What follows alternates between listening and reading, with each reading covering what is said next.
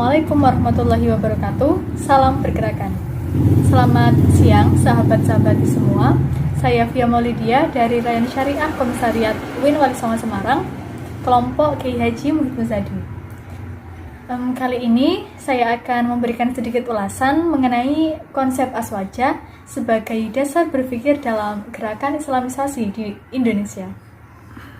Sahabat-sahabat semua, ketika kita menjadikan aswaja sebagai manhajul fikr dalam gerakan Islamisasi yang kita lakukan, artinya kita tidak bisa melepaskan diri dari metode berpikir keagamaan yang mencakup seluruh aspek kehidupan dengan berlandaskan pada nilai tawasud, tawazun, dan iktidal atau ta'adul.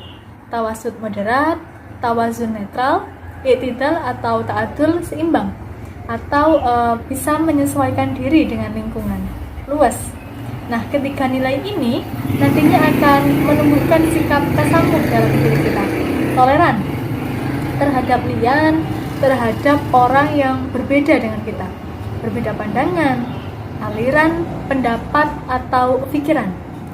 Nah, ketika nilai-nilai ini terinternalisasi dalam diri kita, outputnya akan menjadikan laku sosial kita tidak kaku, tidak jumut terhadap perkembangan dan perubahan zaman. Hal ini menjadi penting karena Islam Ahlussunnah wal Jamaah bisa eksis sampai hari ini sebab bisa terus relevan dan bisa bertransformasi dengan zaman yang terus berubah.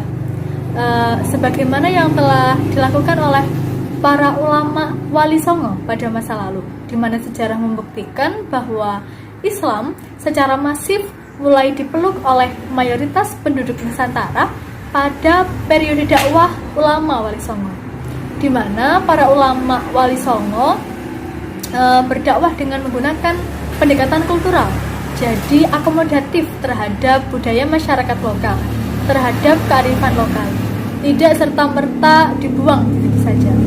Tentu tidak menafikan ya bahwa gerakan Islamisasi yang dilakukan juga lewat pendekatan struktural. Kalau dulu lewat kerajaan, jadi pendekatannya top and down, bukan individu by individu seperti pendekatan kultural ini. Sahabat-sahabati semua, satu hal yang tak kalah penting yakni gerakan Islamisasi itu sendiri. Gerakan Islamisasi di sini bukanlah gerakan untuk memformalkan Islam, bukan menjadikan Islam sebagai sesuatu yang legal formal. Kenapa? Alasannya banyak, tetapi salah satunya sesuatu yang legal formal itu terbatas pada ruang dan waktu tertentu, yang mana ini justru menimbulkan madharat yang lebih banyak bagi Islam itu sendiri. Contoh, ketika kita kekeh ingin mensyariatisasi NKRI misalkan, NKRI syariah, atau kita getol ingin memformalkan Islam menjadi wujud negara misalkan, sebenarnya kita hanya terjebak pada romantika masa lalu, yang mana peluang dan tantangan zamannya sudah berbeda. Ketika kita terjebak itulah kita tidak bisa menangkap apa sebenarnya tantangan umat Islam ke depan, apa sebenarnya peluang yang bisa kita ambil supaya Islam bisa terus eksis fi kulli zaman wa makan, tidak hanya di Timur Tengah, tidak hanya di Arab Saudi, tapi juga di Indonesia, tidak hanya pada masa kerajaan Ottoman, tapi juga hari ini. Nah, mengingkari perubahan seperti ini juga termasuk mengingkari sunatullah. Kenapa? Karena perubahan dan perkembangan zaman itu niscaya terjadi. Karena itu dalam usul fikih ada kaidah la yungkaru taghayyurul ahkam bitaghayyuri zaman. Hukum itu berubah tidak diingkari sebab perubahan zaman, seperti itu. Lah, ini berbeda ketika kita mengambil substansi, yakni nilai-nilai Islam itu sendiri.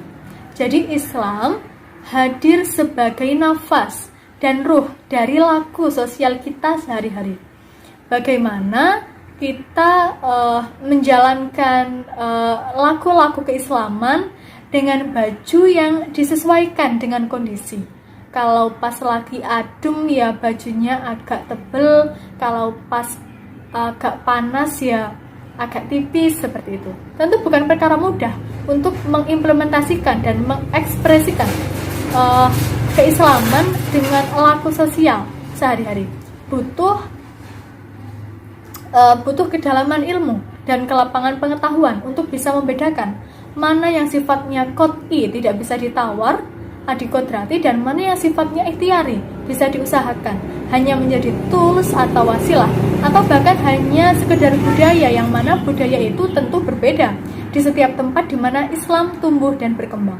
Nah, untuk memaklumi keanekaragaman budaya tersebut, untuk memahami berbagai warna tersebut, disinilah pentingnya menjadikan aswaja sebagai manhajul fikr dalam gerakan islamisasi yang kita lakukan.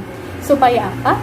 Supaya Islam bisa benar-benar menjadi rahmat, bukan hanya untuk orang Islam, bukan hanya untuk muslimin, tapi lil alamin, untuk seluruh alam, untuk semua makhluk.